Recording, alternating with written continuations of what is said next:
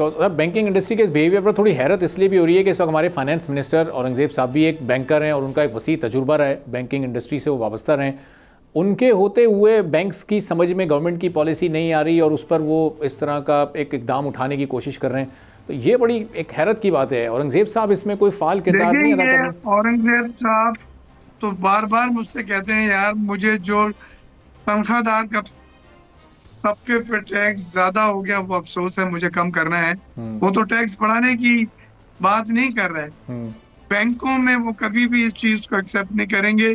हमने अपील में जाना है, हमने वो फाइनेंस बिल को प्रोटेक्ट रखना है जो पास हुआ है, और उसकी रूह से ये 15% उन बैंकों के ऊपर तलवार लटकती रहेगी जिन्होंने एडीआर में यानी एडवांस डिपॉजिट रेशो 50% तक नहीं दिया है जो टारगेट किया था।